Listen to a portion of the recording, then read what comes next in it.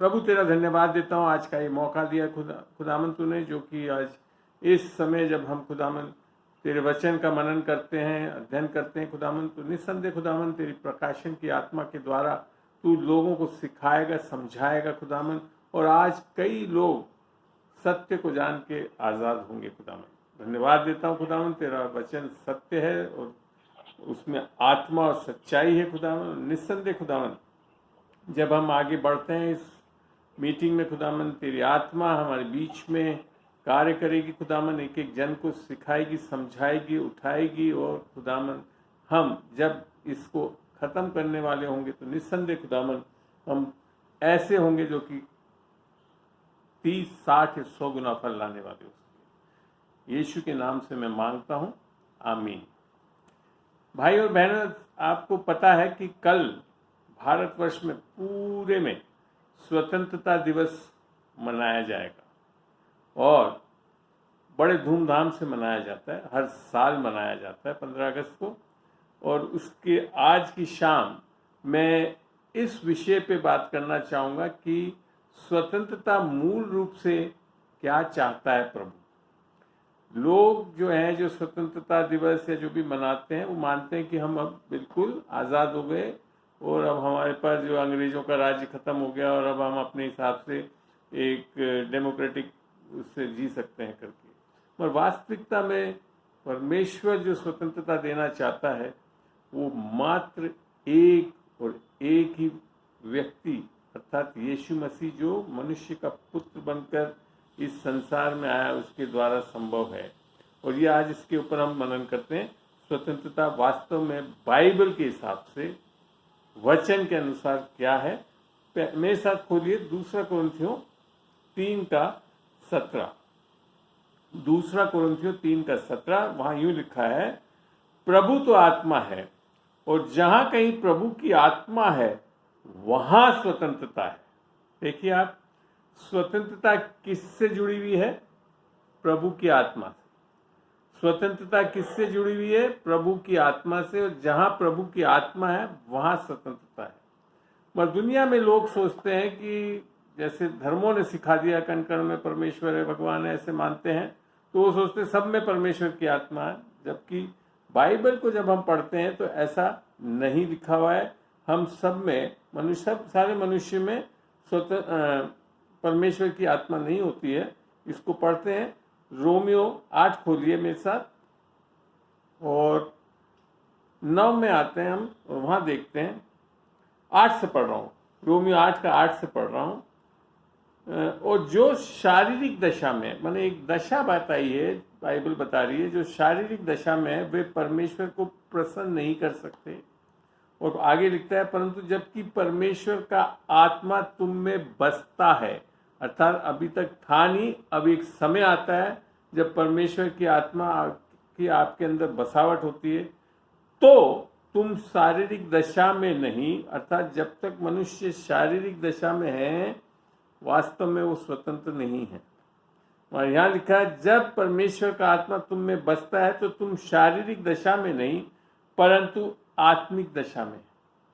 तो ये है मूल स्वतंत्रता जो मनुष्य को लेनी चाहिए, हम सबको चाहिए। और आगे लिखा है, यदि किसी में मसीह का आत्मा नहीं तो वह उसका जन नहीं। यही चीज हमने 2 कोरिन्थियों 3:17 में पढ़ा, जहां प्रभु की आत्मा है वहां स्वतंत्रता है। और यहाँ बड़ा स्पष्ट पौलुस बता रहा है कि अगर किसी में मसीह की आत्मा नहीं तो वह उसका जन नहीं। तो वास्तव में स्वतंत्रता मनुष्य के लिए क्या है कि परमेश्वर की आत्मा का बसावट होना हमारे अंदर में, और तब जाकर हम वास्तविक।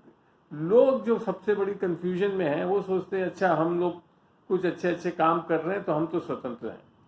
ये चीज़ इवन यहूदियों में भी था। जब हम इसको पढ़ते हैं यूहन्ना में, यूहन्ना का 8 खोलें, सुसमाचार यूहन्ना 8, और हम चलते हैं नीचे 18 से पढ़ेंगे। नहीं, 18 से भी नहीं, और आगे से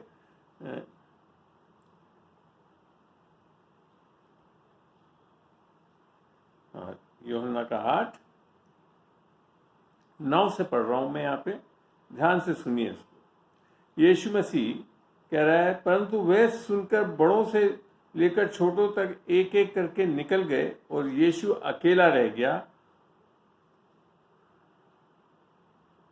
ठीक है, सॉरी, नीचे आइए, 32 के आसपास पहुंचते हैं।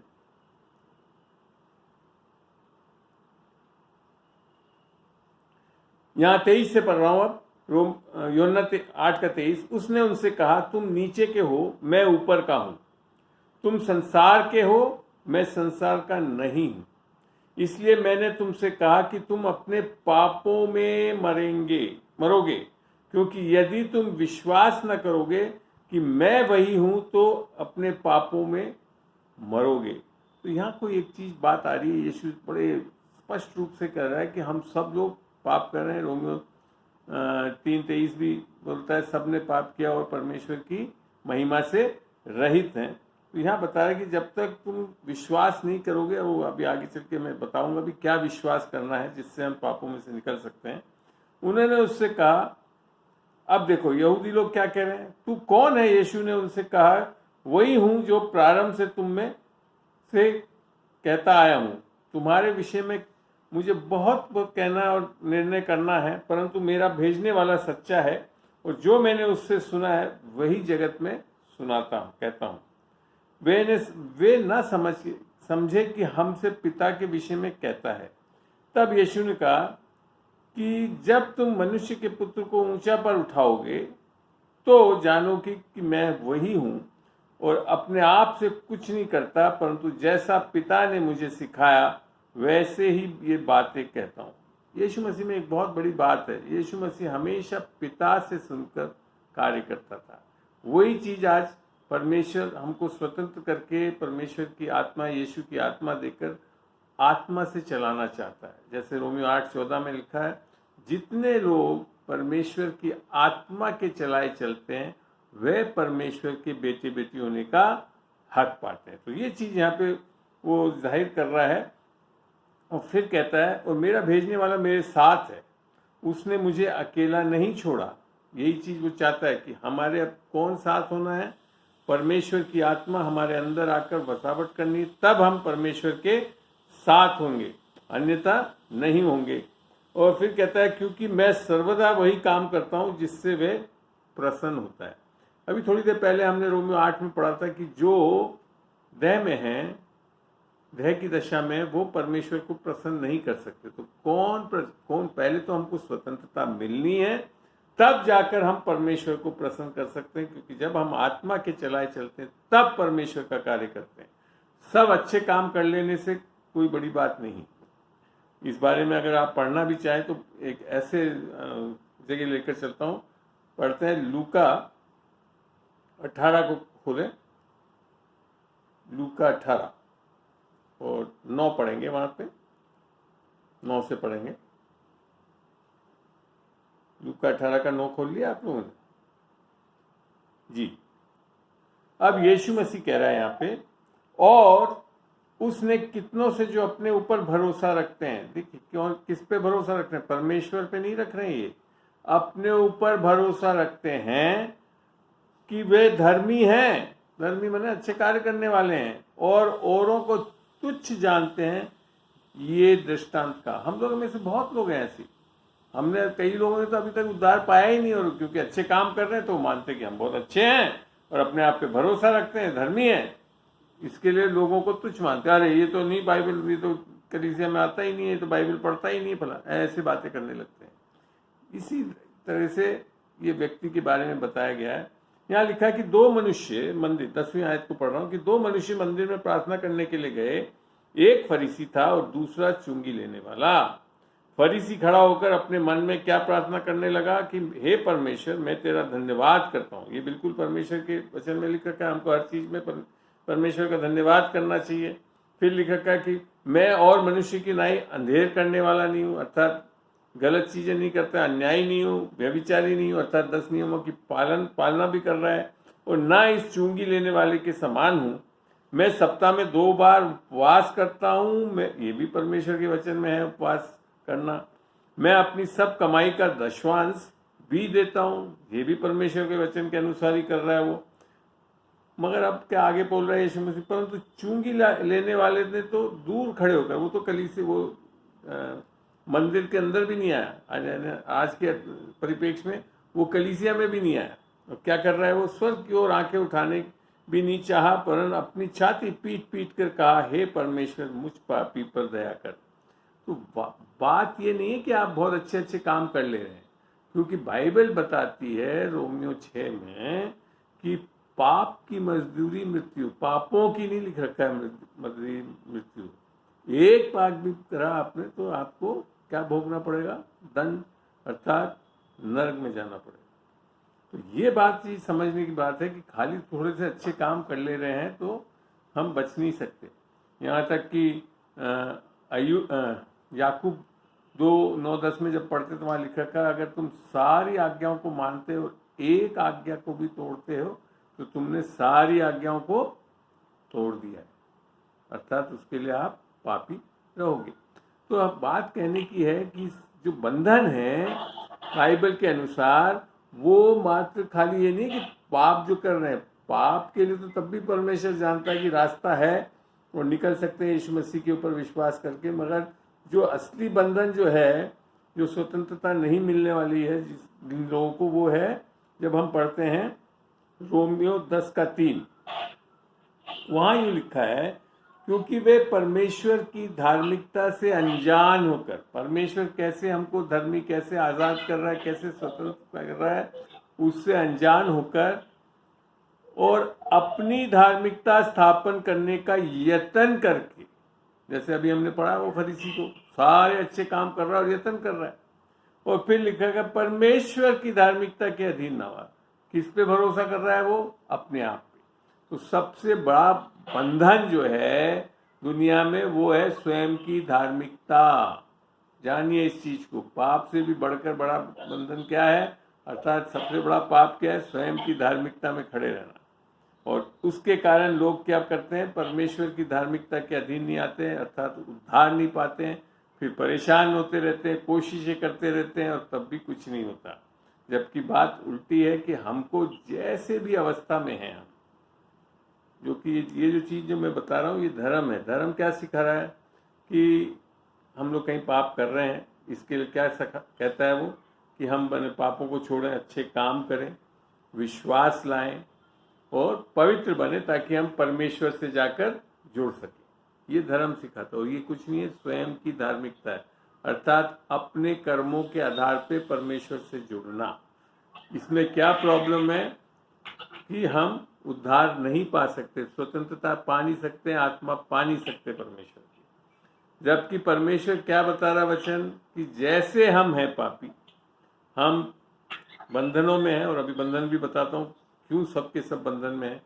हमको ऐसे के ऐसे यीशु मसीह के पास आना है, उसे अपना उद्धार करता और प्रभु अंगीकार करके ग्रहण करना है, जिसके कारण हमारे पापों की माफी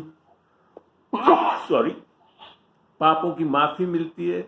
और क्योंकि उसने हमारे पापों का दंड भी ले लिया है, इसके लिए हमको माफी बड़ी आसानी से मिल सकती है।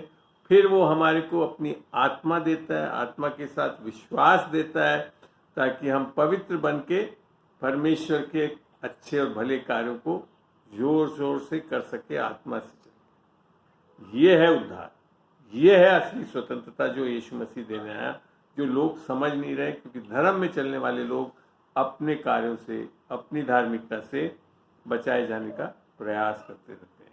अंत में यही चीज उसने बोला 4th आयत में, क्योंकि हर एक विश्वास करने वाले के लिए धार्मिकता के निमित्त मसीह व्यवस्था का अंत है। तो जो स्वयं की धार्मिकता वो कैसे आती है, परमेश्वर का वचन जब हम पढ़ते हैं फिलिपियों में, पौलुस बड़ा अच्छा इसको बताता है। फिलिपियों का खोलें आप 3, फिलिपियों 3,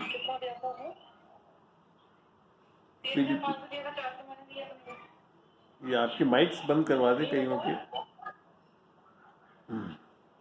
यहाँ पौलुस लिख रहा है, और उसमें पाया जाऊं, अर्थात मसीह में पाया जाऊं, ना कि अपनी उस धार्मिकता के साथ जो व्यवस्था से है। व्यवस्था में चलने वाले क्या होते हैं, अपनी धार्मिकता में चलते हैं, वो परमेश्वर की धार्मिकता के अधीन नहीं होते। वरन उस धार्मिकता के साथ जो मसीह पर विश्वास करने के कारण है, और परमेश्वर की ओर से विश्वास करने पर मिलती है। कर्म करने पे नहीं मिलती, परमेश्वर अनुग्रह से मिलती है, खाली विश्वास और अनुग्रह से। यीशु मसीह परमेश्वर का वचन जैसे इफ्सियों में बताते, देखते हैं इफ्सियों को खोलते हैं, इफ्सियों का 2, और वहाँ ये 2 चीज़ों को बड़ा स्पष्ट हम वचनों से सीखेंगे। इफ्सियों का 2 खोलें और 1 से पढ़ेंगे हम। इफ्सियों का 2 और 1। और उसने तुम्हें भी जिलाया। पौलुस एक जिंदा आदमी से बात कर रहा है, फिर भी कह रहा है और उसने तुम्हें भी जिलाया जो अपने अपराधों और पापों के कारण मरे हुए थे। यही चीज हमने यूहन्ना 8 में यीशु मसीह ने बोला ना, तुम लोग अपने अपराधों में पाप कर रहे हो। तो यहाँ लिख रखा है उसको जिलाया। जिलाना माने पापों में से निकलना, स्वतंत्रता ये है। जिनमें तुम पहले इस संसार की रीति पर और आकाश के अधिकार के हाकिम अर्थात उस आत्मा, दूसरी चीज भी है, एक तो हमारे को यीशु मसीह की आत्मा पाना है, मगर आदम की वाटिका में क्या हुआ था, आदम के पहले पाप से क्या हुआ, मनुष्य किसके बस में हो गया, एक दूसरी आत्मा के। यहाँ लिखा है हाकिम अर्थात उस आत्मा के अनुसार चलते थे जो अब भी आज्ञा ना मानने वालों में कार्य करता है। तो जो ये पाप जो है वो खाली ये नहीं कि हम कुछ गलत कर रहे हैं ये पाप हो गया। आपको ये जानना जरूरी है कि परमेश्वर का वचन ये बता रहा है कि पाप का एक प्रभुता है, एक बंधन है, एक आत्मिक बंधन है जिसके कारण आप पाप में, और वो है जो चीज हमको छुटकारा मिलना चाहिए, तब जाकर हम वास्तविकता में स्वतंत्र होंगे। और तो यहाँ पे जब हम पढ़ते हैं 3:9 में हमने अभी पढ़ के देखा, बड़ा अच्छा है। इफ्सियों 2 में अब कैसे निकलते हैं, लिखा है परंतु परमेश्वर ने जो दया का धनी है अपने उस बड़े प्रेम के कारण जिससे उसने हमसे प्रेम किया, जब हम अपराधों के कारण मरे हुए थे अर्थात बंधनों में पड़े हुए थे, तो हमें मसीह के साथ जिलाया, अनुग्रह ही से तुम्हारा उद्धार हुआ। यहाँ खाली लिख रखा अनुग्रह से, मगर आगे पूरी आयतों को और आगे पढ़ेंगे जब समझेंगे कि कैसे उद्धार हो रहा है। और मसीह यीशु में उसके साथ उठाया और स्वर्गीय स्थानों में उसके साथ बैठा है। स्वतंत्र करके यहीं नहीं पटक के रखा है आपको, परमेश्वर ने आपको अपने साथ स्वर्गीय स्थानों में बिठाना चाहता है, आत्मिक जगत में। और फिर लिख रखा है कि वे अपनी उस कृपा से जो मसीह यीशु में हम पर है आने वाले समय में अपने अनुग्रह का असीम धन दिखाए। छोटा मोटा धन नहीं है अनुग्रह, एक असीम धन है। और फिर लिख रखा है क्योंकि विश्वास के द्वारा अनुग्रह ही से तुम्हारा उद्धार हुआ। 2 चीज लिख रखी, विश्वास के द्वारा अनुग्रह ही से तुम्हारा उद्धार है। फिर आगे उसको स्पष्ट भी कराया, और ये तुम्हारी ओर से नहीं, अर्थात ये तुम्हारा कोई विश्वास नहीं आ गया तुम में, ये अनुग्रह तुम्हारा है, ये तुम्हारी ओर से नहीं वरन परमेश्वर का दान है। एक्चुअली क्या, हम लोग दुनिया में रहकर दान को भी नहीं समझते।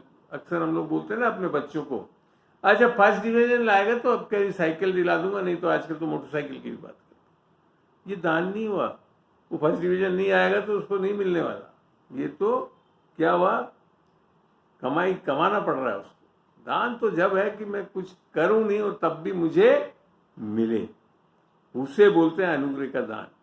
और ये चीज परमेश्वर कर रहा है, तब जाकर समझ में आता है कि हम कैसे बच रहे हैं परमेश्वर के दान से, और ना कर्मों के कारण, ऐसा ना हो कि कोई घमंड करे। अगर हम अपने कर्मों से, अच्छे कामों से हम बचा लिए जाएं तो फिर तो हम घमंड करेंगे ना, परमेश्वर दे मैंने इतने अच्छे अच्छे काम करे फलाना, नहीं, इसके कारण हो ही नहीं सकता आपके अच्छे कर्मों के द्वारा।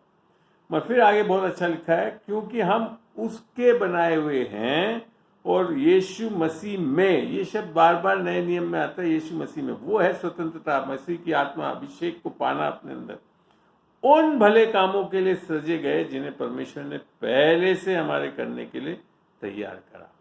तो ये चीज होना बहुत जरूरी है स्वतंत्रता में, कि हम जब यीशु मसीह की आत्मा को पाते हैं तो उसकी धार्मिकता को पाते हैं, अपनी धार्मिकता में नहीं खड़े रहते हम। ये धार्मिकता दान है, और इसको अगर आप रोमियो में पढ़ेंगे तो बड़ा अच्छा लगता है मेरे को वहां पढ़ने में। रोमियो खोलिए, 5 खोलिए रोमियो का, और आखिरी आयत में आते हैं यहाँ लिख रखा है 17 से मैं पढ़ रहा हूं। क्योंकि जब एक मनुष्य के अपराध के कारण अर्थात आदम के अपराध कारण मृत्यु ने उस एक ही के द्वारा राज्य किया है, और फिर लिख रखा है तो जो लोग अनुग्रह और धर्म रूपी वरदान अर्थात धार्मिकता का वरदान बहुतायत से पाते हैं, वे एक मनुष्य के अर्थात यीशु मसीह के द्वारा अवश्य ही, कोई शंका ही नहीं, अवश्य ही अनंत जीवन में राज्य करेंगे। ये है सही स्वतंत्रता कि हम उसकी आत्मा को पाकर उसकी आत्मा से चल के हम अनंत जीवन के राज्य में राज्य करने वाले होंगे। छोटे मोटे नहीं, राज्य पता है राजा कैसे करता है, बादशाह, ऐसे हम चलने वाले होंगे। अभी तो बोला है राजाओं का राजा। अगर आप राजा ही नहीं बने तो वो बेचारा राजा कैसे बन पाएगा? भाइयों और बहनों, समझे वचन क्या बताना चाहता है। तो ये चीज को आप ध्यान दें। फिर इसीलिए जैसे एक अपराध सब मनुष्यों के लिए दंड की आज्ञा का कारण बना, तो जो चीज बता रहा है कि हमको क्या मिलता है, धार्मिकता से हम क्या होते हैं, सही में आजाद होते हैं और एक जीवन ऐसा बिता सकते हैं जो अच्छे कर्म होते हैं। वो अच्छे कर्म आपके नहीं होते, वो किससे हो रहा है? परमेश्वर की धार्मिकता जो हमारे को एक जड़ के रूप में मिल रही है, तो उस पे फिर क्या फल रखते हैं? धार्मिकता के फल लगते हैं। इसको पढ़ते हैं फिलिपियों का 1 खोलें, फिलिपियों 1 का 1 और 11 पढ़ के देखते हैं इसको।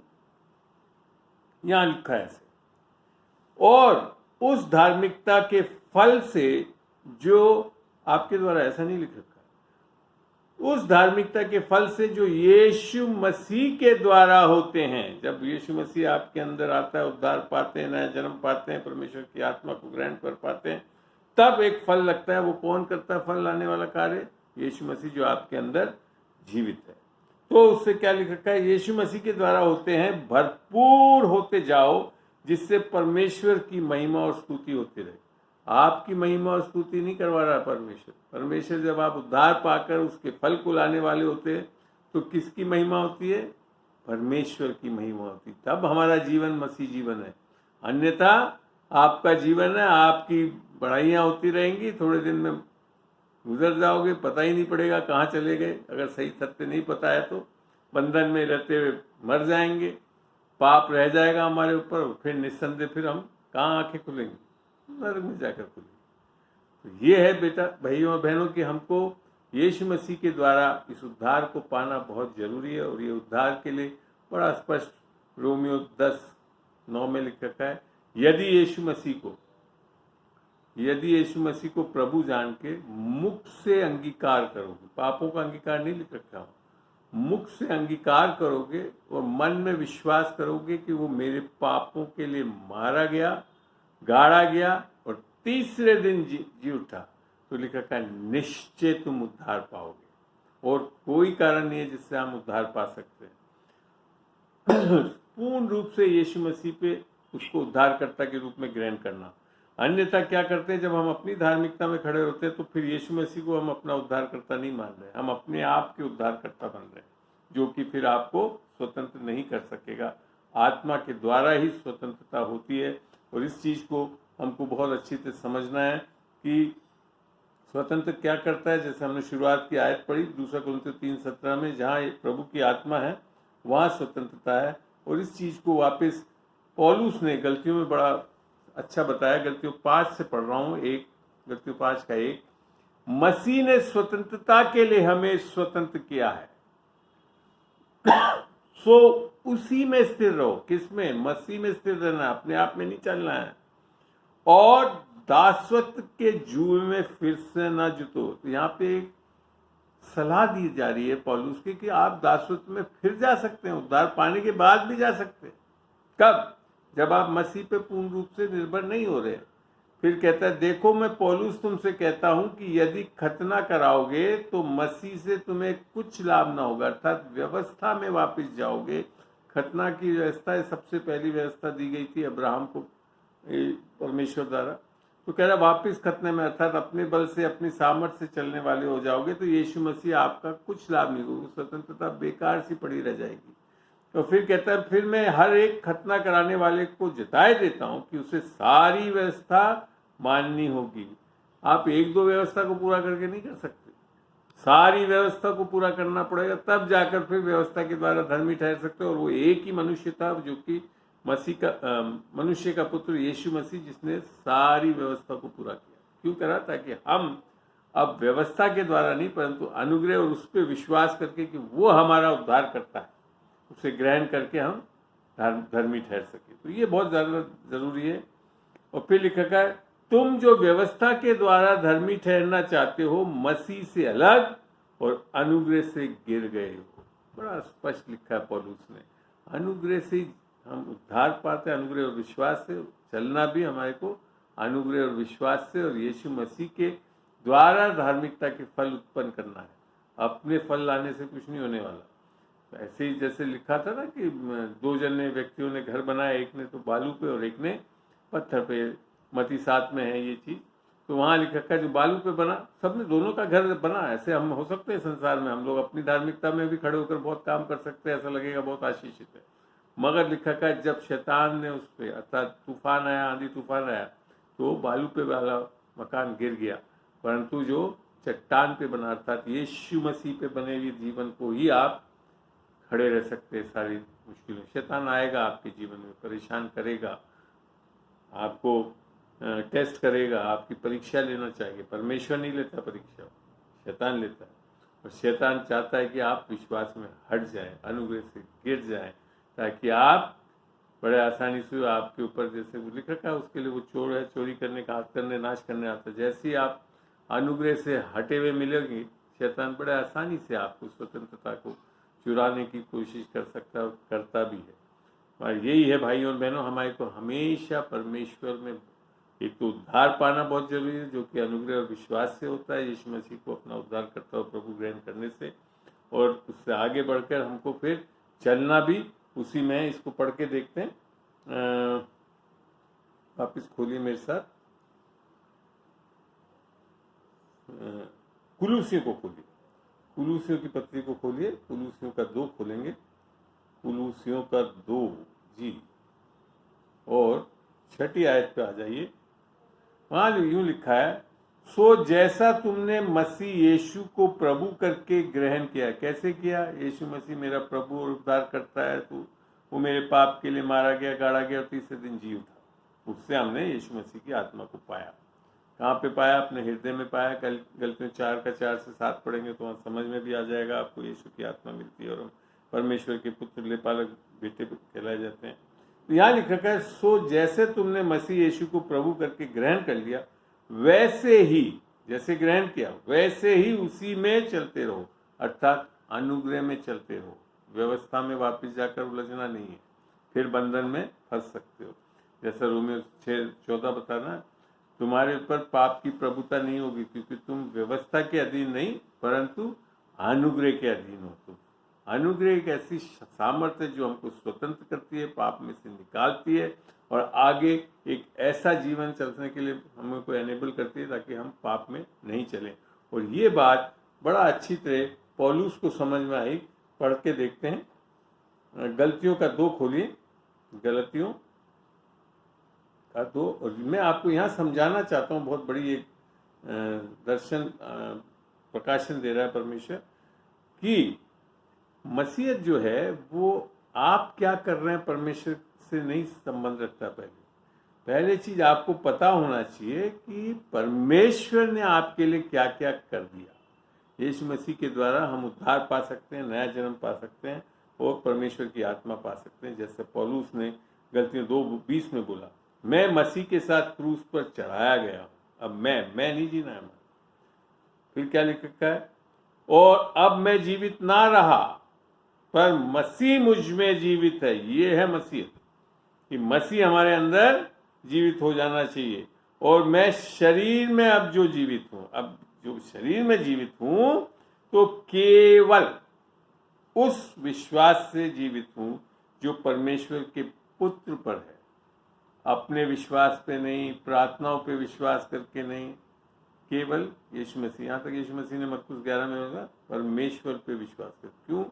क्योंकि परमेश्वर ही एक ऐसा है जो कभी बदलता नहीं। यीशु मसीह को लेकर वो कल आज और हमेशा युगानुयुक्त एक जैसा परमेश्वर है।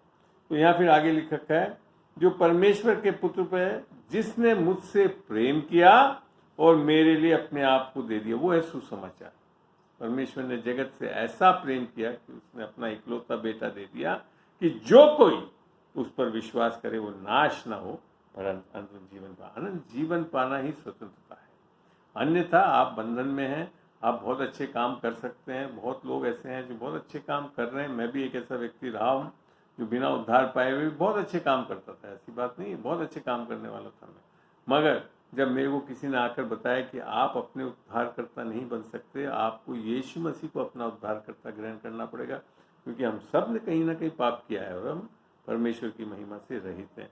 वही चीज़ है कि हम जब यीशु मसीह के लहू पे विश्वास लाते हैं, उससे छुटकारा पाते हैं, तब सच में हम स्वतंत्र हैं। तो भाई और बहनों, हम इस चीज़ को ध्यान देवें कि क्या हम स्वतंत्र हो गए हैं।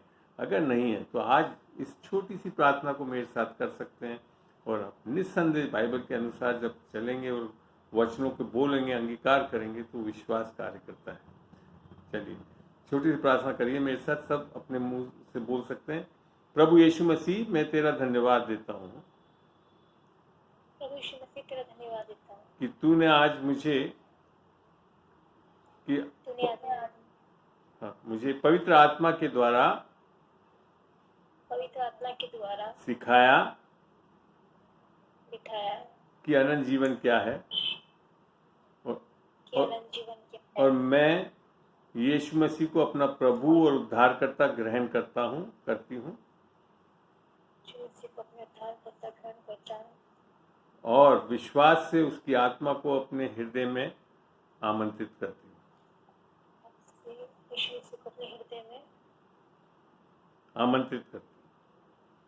प्रभु धन्यवाद देते हैं।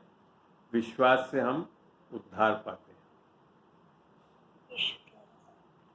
यीशु मसीह धन्यवाद, आमीन। चलिए, तो बड़ा अच्छा लगा मुझे आज इस छोटे से समय में। मेरे ख्याल से बहन समय होने को जा रहा है पूरा।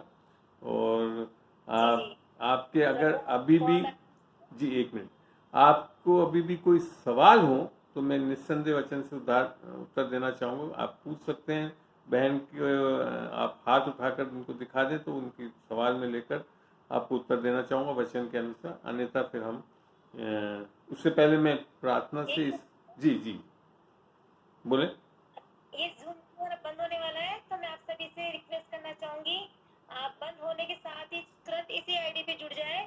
तो आगे अगर कोई बात रह गई, हाँ, सवाल का कोई पूछना चाहते हैं तो जी हाँ, जैसे बंद होती है इसी आईडी पे दोबारा जुड़ जाइए। तो मैं अपने इस वचन के लिए एक बार आखिरी एक प्रार्थना करके इसको तो यहाँ समाप्त करता हूँ। फिर हम उस पर आपके सवालों पे मैं जाना चाहूँगा, क्योंकि मैं शिक्षक हूँ तो मेरे को इच्छा होती है कि लोग सवाल पूछे तो उसके ऊपर से जवाब दे सकूं, ताकि कहीं पे भी अंधकार नहीं हो, सत्य को जान। देखिए, सत्य को पढ़ने से आज़ाद नहीं होते, सत्य को जानने से आज़ाद हो। तो जानना कौन है? क्योंकि यीशु मसीह ही सत्य है।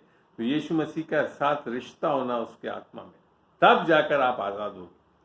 लोग सोचते हैं बाइबल पढ़ लेंगे तो आज़ाद हो जाएंगे। नहीं संदेह, बाइबल में सब अच्छी बातें लिखी है समझने के लिए, मगर आज़ाद कब होते हैं हम? जब यीशु की आत्मा को पाते हैं। चलिए छोटी सी दुआ करते हैं। प्रभु तेरा धन्यवाद देते हैं आज इस समय के लिए कि तूने एक सामर्थ्य वचन और सत्य को आपने जाहिर किया। और निस्संदेह खुदावन, आज जो इस जूम मीटिंग में जुड़े हैं लोग बाग सत्य को जानेंगे और सत्य उन्हें निस्संदेह आजाद करेगा। प्रभु तेरा धन्यवाद देते हैं जिन्होंने आज तेरे को अपना उद्धार करता और प्रभु ग्रहण किया, तो उनके जीवनों में एक महान कार्य हो खुदावन। उन परमेश्वर यीशु मसीह की धार्मिकता के फलों से वो लग जाए खुदावन। यीशु के नाम से मांगता हूँ, आमीन। खुदावन विशेश्वर में कृष्णा के लिए दुआ करता खुदावन, जब ये कल एक और साल में बढ़ती खुदावन, तेरा अनुग्रह पे बना रहा खुदावन, तू एबेनेजर बना रहा, इसका उसका धन्यवाद देते खुदावन। आने वाले दिनों में तेरा अभिषेक इसके अंदर से तोता बन के निकले खुदावन। तो खुदावन आज मैं चाहता खुदावन पवित्र आत्मा इसके ऊपर एक ऐसा नया अभिषेक उंडेलना। Yes Lord, fill her Lord with your presence, तेरी आत्मा से भर दे खुदावन। और खुदावन ये सारे जुए टूट जाए खुदावन, ताकि आज़ादी से खुदावन तेरे नाम को, तेरे प्रेम को बांटने वाली हो सके खुदावन लोगों के बीच में खुदावन। तेरी विशेष कर खुदावन तू इसके द्वारा अपने आप को लोगों के ऊपर प्रकट कर खुदावन। जीवन के सोते इसमें अंदर से निकले खुदावन। धन्यवाद देता हूँ खुदावन, आशीष बोलता हूँ, फलवंत बोलता हूँ इसे खुदावन। यीशु के नाम से तेरे लहू से इसे ढांपते हैं विश्वास के द्वारा। लॉर्ड टच है खुदावन, छू कर इसे, बल्कि भर कर खुदा मैं इसे भरपूरी दे खुदावन। यीशु के नाम से मांगता हूँ, आमीन आमीन आमीन आमीन। जी, हमारे ना पति की तबीयत ठीक नहीं है, उन्हें ना शराब से वो बुखार है, पता नहीं तबीयत बिल्कुल ठीक नहीं है। 2 दिन से उनके लिए प्रार्थना करो। और ना कोई, मैं ना प्रभु की ना प्रार्थना करती हूँ, और भी लोग मेरे को परेशान करते हैं, और मेरे लिए प्रार्थना करें, मेरे को कोई परेशान ना करे। प्रार्थना में बढ़ सकूं। खुदावन तेरा धन्यवाद देता हूँ इस बहन के लिए खुदावन, इसके जज्बे के लिए खुदावन, जो तेरे नाम के लिए तेरे नाम से प्रार्थना करती है खुदावन। जो भी लोग इसको परेशान करने की कोशिश करते हैं उन्हें बांधते हैं, क्योंकि वो शैतानी ताकत की ओर से करते हैं खुदावन। उनको इसके लिए बांधते हैं ताकि शैतान उनके अंदर से कार्य नहीं करे। और खुदावन इस बहन के द्वारा खुदावन, तेरी आत्मा के द्वारा खुदावन, उनके लोगों को बीच में कार्य कर खुदावन, ताकि उनका मन पलट जाए खुदावन, तेरी ओर मन फिराए खुदावन, और तेरे नाम पे विश्वास करने वाले हो सके। विशेषकर इनके पति के लिए दुआ करता हूँ खुदावन, तेरी आत्मा का अभिषेक ऐसा उसके ऊपर मंडराए ताकि सारे जुए टूट सके खुदावन। सारे उन शैतानी ताकतें जो इनको दारू पीने के लिए खुदावन मजबूर करती है, उन सारी दुष्ट आत्माओं को यीशु के नाम से इसी वक्त आदेशित करता हूँ, निकल बाहर उनमें से। कोई भी नहीं रहेगी दुष्ट आत्माएं जो इसको शराबी बनाते हैं खुदावन। यीशु के नाम से वो पवित्र आत्मा से भरते हैं खुदावन, आज़ादी से खुदावन, ताकि ये आज़ाद होकर तेरे नाम को ऊंचा करने वाले हो सके। यीशु के नाम से मांगता हूँ, आमीन।